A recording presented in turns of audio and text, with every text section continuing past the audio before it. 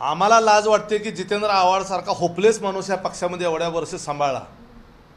या जितेंद्र आव्हाडांना जिभेला ज्याला म्हणतो ना की काहीतरी हाड पाहिजे, की ज्या शब्दांचा उच्चार कधीच आपण आपल्या शत्रूबद्दल सुद्धा करत नाही। ज्या पवार साहेबांना तुम्ही नेते म्हणता त्यांच्या संदर्भानं कपाळावरचं कुंकू पुसल्या जाण्यासारखं वक्तव्य तुम्ही करता। अजितदादांचा म्हणण्याचा रेफरन्स जो आहे तो कुठं अर्थार्थी या संदर्भानं लागत नाही। आणि एवढी जर पवार साहेबांच्या बद्दल आणि त्यांच्या तब्येतीबद्दल जर तुम्हाला काळजी असती तर 83 वर्षी पवार साहेबांना उन्हातानाचं स्वतःच्या प्रचाराकरता उघड्या जीपमधून फिरवलं नसतं। यांना पवार साहेब पाहिजेत फक्त यांच्या प्रचारासाठी, यांना पवार साहेब पाहिजेत फक्त त्यांच्या नावासाठी, यांना पवार साहेब पाहिजेत ह्यांना स्वतःची निवडणूक जिंकण्याच्या करता। पवार साहेबांच्या तब्येतीची त्यांना जर काळजी असती तर त्यांनी सांगितलं असतं की पवार साहेब या वयात तुम्ही दगदग करू नका, तुम्हाला अशा पद्धतीचे आजार आहेत, तुम्ही अजिबात धावपळ न करता जी काही कामं असतील ती आम्ही आता केली पाहिजेत, तुम्ही आराम केला पाहिजे। हे ज्याचं खरं प्रेम आहे तो त्या ठिकाणी बोलू शकतो। आणि हे असले जे नौटंकीबाज आहेत ते मात्र अशा पद्धतीचं भावनिक राजकारण करण्याचा प्रयत्न करतात। अजितदादा काय म्हणाले? अजितदादा म्हणाले की आता ही माझी शेवटची निवडणूक आहे असं सांगितलं जाईल। काही जण भावनिकतेनं रडारडीचं राजकारण करतील। आपल्याला नरेंद्र मोदी साहेबांना तिसऱ्यांदा पंतप्रधान करण्याच्या करता एक एक खासदार त्यांच्या पाठीशी उभा करावा लागेल। आज महायुतीमध्ये आम्ही आलेलो आहोत आणि एक एक खासदारामध्ये बारामतीचा खासदार सुद्धा येतो आणि तिथला खासदार निवडून आणण्याच्या करता म्हणून आपल्याला सगळ्यांना काम केलं पाहिजे। जर बारामती लोकसभा मतदारसंघातले जे प्रश्न आहेत ते सुटायचे असतील तर पंतप्रधानांच्या विचाराचा खासदार त्या ठिकाणी निवडून द्यावा लागेल। उद्या 10 लाखापासून ते 1000 कोटी 5000 कोटीचे प्रकल्प जर तिथं राबवायचे असतील तर सत्ता असावी लागते। जर खासदार माझ्या विचाराचा निवडून नाही दिला तर मी या भागातले प्रश्न सोडवू शकणार नाही। प्रश्न सोडायचे असतील तर सत्ता हातात असावी लागते। विरोधात असल्यानंतर फक्त प्रश्न मांडता येतात, सोडवता येत नाहीत। प्रश्न सोडवायचे असतील तर सत्ताच असावी लागते। बारामती मतदारसंघाचा, बारामती लोकसभेचा विकास हा सत्ता हातात असल्यामुळं आतापर्यंत करता आला। त्यामुळं पुन्हा देखील असाच विकासाची प्रक्रिया चालू ठेवायची असेल तर बारामतीचा खासदार हा माझ्या विचाराचा निवडून दिला पाहिजे।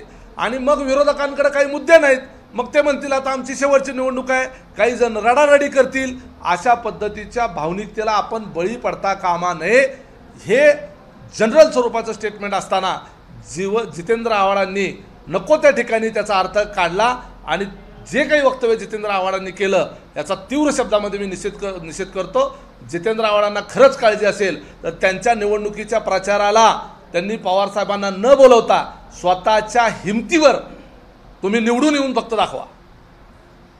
रोहित पवार असं म्हणतात की अजितदादांचं कालचं जे भाषण होतं ते अहंकारातून होतं आणि लवकरच ते आता घरातील म्हणजे अजितदादांच्या कुटुंबातील व्यक्ती कदाचित लोकसभेचा उमेदवार करतील, म्हणजे कुठेतरी सुनेत्रा वहिनी असतील किंवा पार्थ पवार यांना ते उमेदवार देतील असं त्यांना म्हणायचं आहे।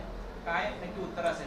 हे पहा, रोहित पवार हे आता विद्यमान आमदार आहेत, ते जिल्हा परिषदेचे सदस्य पण होते। आता ज्या मतदारसंघाचं ते नेतृत्व करत आहेत त्या मतदारसंघातल्या राष्ट्रवादीच्या त्यांना निवडून आणणाऱ्या कार्यकर्त्यांना जाऊन विचारा की अहंकारी नेमकं कोण आहे, घमेंडखोर कोण नेमकं कोण आहे। त्यांचे कार्यकर्त्यांना ते भेटायला तरी वेळ देतात का, त्यांच्याशी नीट बोलतात का, हे जरा विचारा। त्यांच्या मतदारसंघातलं काम 100-150 PA लोकांच्या माध्यमातून चालतं, पगारी यंत्रणेच्या माध्यमातून चालतं। त्यांच्या तालुका अध्यक्षाला तिथं अधिकार नाही, जिल्हाध्यक्षाला तिथं अधिकार नाही, पक्ष संघटनेच्या पदाधिकाऱ्यांना तिथं काडीची किंमत नाही। एवढे स्वतः रोहित पवार अहंकारी आहेत। आणि रोहित पवार जर पवारांचे नातू नसते, अजित पवारांचे पुतणे नसते तर त्या कर्जत जामखेडमधून ग्रामपंचायतीला तरी निवडून आले असते का, हा प्रश्न त्यांना तुम्ही विचारा। आता हे बोलायचं फार सोपं आहे। 7 वर्ष झाले फक्त त्यांना राजकारणात येऊन, अजित पवारांना 35 वर्ष झाली त्या ठिकाणी राजकारणात येऊन। 35 वर्ष दिवस रात्र कष्ट करून ही पार्टी पवार साहेबांच्या बरोबरीने अजितदादांनी उभा केली। तुम्ही आत्ताशी आलेले आहात, आयत्या पिठावर रेगोट्या वडाव्यात, पण किती वडाव्यात आणि ते पिठासकट खाव्यात याला काही मर्यादा असते। अजित पवारांना अहंकार आहे का रोहित पवारांना अहंकार आहे हे तपासून बघण्याची गरज आहे। दादा एक पार्थ पवारांचा आधी फोटो व्हायरल झाला होता गजा मारण्यासोबतचा, आता त्याच्यानंतर उपमुख्यमंत्र्यांचा एक फोटो व्हायरल होतोय गुन्हेगार असलेल्या आसिफ गाडीसोबतचं, काय नेमकं याच्यावर उत्तर असणार आहे? एक लक्षात घ्या, तुम्ही सातत्यानं मीडियाची लोक जे आहेत ते वार्तांकन करत असता, वेगवेगळ्या सभा मेळाव्यामध्ये नेत्यांच्या अवतीभोवती कॅमेरे असतात. अनेक नेत्यांच्या बाबतीमध्ये हा प्रश्न निर्माण झालेला आहे की अशा समाजातले वेगवेगळे गुन्हेगार आणि वेगवेगळ्या प्रवृत्तीची लोक त्या गर्दीचा फायदा घेऊन त्या ठिकाणी उपस्थित राहतात, त्या ठिकाणी गुच्छ द्यायचा प्रयत्न करतात, शुभेच्छा द्यायचा प्रयत्न करतात, जवळ जाऊन फोटो काढायचा प्रयत्न करतात. प्रत्येकाची तपासणी करून तर त्या ठिकाणी शक्य नसतं. जरी पोलीस यंत्रणा जवळपास असली तरी राजकीय क्षेत्रात सार्वजनिक जीवनात काम करणाऱ्या नेत्यांना कार्यकर्त्यांना इतकं आलिप्त राहून चालत नसतं. अनेक लोक भेटायला येतात, कोण कुणाचं कुठं गुन्हेगारी केलेली आहे माहीत नसतं. कदाचित अनावधानातून तसा माणूस त्यांच्याजवळ आला असेल. विरोधी पक्षनेते व्हिडिओ एडिटर म्हणतात की मुख्यमंत्री आणि उपमुख्यमंत्र्यांचे म्हणले गुंडांची आश्रयस्थानात झालेले आहेत, कोणीही येतात त्यांना भेटतंय आणि आता याच्या पुढं मुख्यमंत्र्यांच्या किंवा मंत्र्यांच्या बेडरूममधून आवाज गुंड द्यायला लागतील राजामोहन देशमुख असं पद्धतीचं व्हिडिओ एडिटर म्हणतात, त्यांना काय उत्तर असणार? विजय वडेट्टीवार हे अतिशय अभ्यासू असे विरोधी पक्षनेते आहेत. त्यांनी राज्याच्या दृष्टिकोनातून राज्य सरकारच्या वेगवेगळ्या जे काही धोरणात्मक निर्णय आहेत त्याच्या संदर्भानं त्या ठिकाणी विरोधी पक्षनेता म्हणून जाब विचारला पाहिजे. अशा पद्धतीचे प्रश्न विचारून ते विरोधी पक्षनेत्या पदाला कमीपणा आणतायत. ते जरी मंत्री, ते सुद्धा मंत्री होते, त्यांच्या बंगल्यात सुद्धा अशा पद्धतीची लोक येत जात होती. एवढंच की ते कोणी पाहिलं नसेल. हे मंत्र्यांच्या बंगल्यामध्ये किंवा कार्यालयामध्ये अशा पद्धतीच्या प्रवृत्ती येतात, त्याला काही नेते मंडळी बोलवून घेत असतात, असं कधीच नसतं. कधी कधी अनावधानानं ह्या गोष्टी होतात. शरद पवार म्हणजे अजित पवार जे आहेत ते सायकलवर शोधायचे, मात्र शरद पवारांनी त्यांना मोठं केलं असा दावा संजय राऊत करतात. हे पहा, अजित पवारांना, सुप्रियाताईंना आणि रोहित पवारांना या तिघांना शरद पवारांनीच मोठं केलं. त्यांच्यामुळंच यांना वेगवेगळ्या संधी मिळाल्या हे कुणी नाकारले? याच्यामध्ये आजपर्यंत अजित पवार म्हणाले आधी असं कधी की मी पवारसाहेबांच्या आशीर्वादाशिवाय मोठा झालो, मी पवारसाहेबांच्या शिवाय मला मंत्रिपदं मिळाली, असं कधीही कुणीही म्हणालेलं नाही. प्रश्न हा आहे की आता महायुतीमध्ये सरकारमध्ये सहभागी होण्याच्या संदर्भातला जो निर्णय आहे, ही निर्णय प्रक्रिया कशी पार पडली? पवारसाहेब ज्या पक्षाचे अध्यक्ष आहेत त्या पक्षामध्ये पूर्वी असताना सामूहिकरित्या सर्व पक्षाच्या आमदारांनी आणि नेत्यांनी निर्णय घेतल्यानंतर, तो पवारसाहेबाच्या मान्यतेने घेतल्यानंतर, शब्द दिले गेल्यानंतर पुन्हा युटर्न घेणे हे सार्वजनिक जीवनात योग्य नसतं. ही भूमिका अजितदादांची होती.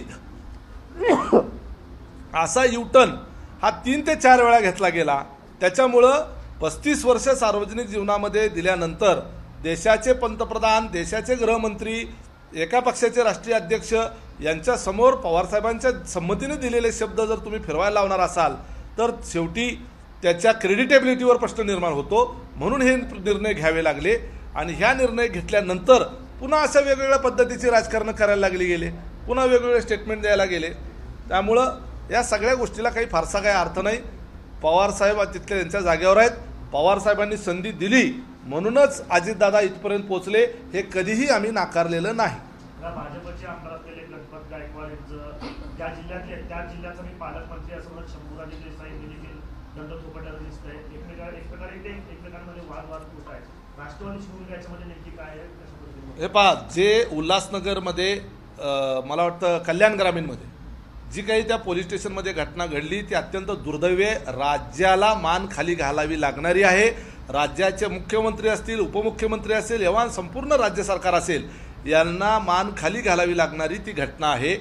कायदे मंडळामध्ये जाऊन कायदे बनवण्याची ज्यांच्यावर जबाबदारी आहे, तीच माणसं जर अशा पद्धतीनं कायदा मोडत असतील, तेही कायद्याचं संरक्षण करण्याची जबाबदारी ज्या यंत्रणेकडे आहे, त्या पोलीस स्टेशनमध्ये जाऊन जर ह्या घटना घडत असतील तर ते अत्यंत दुर्दैवी आहे. त्याच्यामुळं राष्ट्रवादी काँग्रेस पार्टीची या संदर्भात स्पष्ट भूमिका आहे की सन्माननीय मुख्यमंत्री, गृहमंत्री यांनी या संदर्भामध्ये सखोल चौकशी केली पाहिजे, याच्या खोलापर्यंत गेलं पाहिजे आणि असे लोकप्रतिनिधी जे आहेत, जनतेने सुद्धा निवडून देत असताना 100 वेळा विचार केला पाहिजे. आपला लोकप्रतिनिधी हे आपले प्रश्न मांडण्याच्या करता सभागृहामध्ये त्याच्या कौशल्यानं त्या ठिकाणी भूमिका मांडताना दिसला पाहिजे. तो लोकप्रतिनिधी जर असा पोलीस स्टेशनमध्ये गोळीबार करत असेल तर मात्र त्याला लोकांनी देखील विचार केला पाहिजे की आपल्या लोकप्रतिनिधीमुळं आपल्या मतदारसंघाची सुद्धा मान खाली जाते. नाही, पण तुम्ही लोकांवरती जबाबदारी टाकताय, तसं पक्षाची जबाबदारी नाहीये का की उमेदवारी जर तेव्हा द्यायची आहे तेव्हा तिकीट कोणत्या व्यक्तीला द्यायचं त्याची पार्श्वभूमी पक्ष कोण बघणार नाही. निश्चितपणे आता त्या संदर्भात निवडणूक आयोगाने सुद्धा वेगवेगळ्या पद्धतीचे कायदे केलेले आहेत. एखाद्याला जर न्यायालयानं दोषी ठरवून शिक्षा केलेली असेल आणि ती शिक्षा जर 2 वर्षापेक्षा जास्तीची असेल तर त्याला कुठलीही निवडणूक लढवता येत नाही. त्यामुळं या बाबतीमध्ये राजकीय पक्षांनी देखील आमच्या सकट सगळ्यांनी अशा पद्धतीच्या गुन्हेगारी प्रवृत्तींना जास्तीत जास्त बाजूला ठेवण्याचा प्रयत्न केला पाहिजे. बऱ्याच वेळेला जे काही गुन्हे दाखल होतात ते राजकीय कारणाने सुद्धा दाखल होतात. त्यामुळं याला दोन्ही बाजू असतात. जे हार्डकोर क्रिमिनल आहेत ते सार्वजनिक जीवनात राजकारणाचा आसरा घेऊन पुढे येता कामा नयेत, ही काळजी राजकीय पक्षांनी निश्चितपणे घेतली पाहिजे. उद्धव ठाकरेंची नितेश राणेंनी अगदी खालच्या पातळीवरती टीका केलेली आहे. उद्धव ठाकरे यांचा DNA तपासला गेला पाहिजे अशा पद्धतीची भाषा नितेश राणे करतायत. कितपत योग्य आहे राजकारणामध्ये अशा पद्धतीनं भाषा करणं? एक पहा, प्रत्येकाची एक आपापली बोलण्याची शैली असते. नितेश राणे असतील, नारायण राणे साहेब असतील, यांचं एक बोलण्याचा ढाचा जो आपल्याला सगळ्यांना परिचित झालेला आहे. पूर्वी हिंदू हृदयसम्राट बाळासाहेब ठाकरे त्यांची एक भाषण करण्याची बोलण्याची शैली होती. तशीच नारायण राणे साहेबांची, नितेश राणेंची, निलेश राणेंची एक वेगळ्या पद्धतीची शैली आहे. आपण त्यांची ती शैली म्हणून त्याकडे पाहूया. तरीसुद्धा लोकप्रतिनिधींनी आपली भाषा जी आहे ती यशवंतराव चव्हाण साहेबांच्या या महाराष्ट्रामध्ये सुसंस्कृत राजकारणाचा ज्यांनी धडा घालून दिलेला आहे त्या या महाराष्ट्रामध्ये भाषा ही संयत स्वरूपाची असली पाहिजे. टीका करत असताना देखील समोरच्या व्यक्तीला व्यक्तिगत पातळीवर जाऊन, खालच्या स्तरावर जाऊन, खालच्या भाषेत जाऊन बोलणं हे टाळलं पाहिजे असं मला वाटतं. दादा, राज्यसभेच्या आता निवडणुका जाहीर झालेल्या आहेत. पक्षाकडून आपण किती उमेदवार देणार आहात आणि कशा पद्धतीचे राज्यसभेच्या महाराष्ट्रातून निवडून द्यायच्या ज्या जागा आहेत त्याच्या संदर्भानं महायुतीमधल्या आमच्या वरिष्ठ नेत्यांची त्या संदर्भामध्ये बैठक होईल आणि सर्वानुमते त्या ठिकाणी उमेदवार निवडले जातील. एबीपी माझा, उघडा डोळे बघा नीट.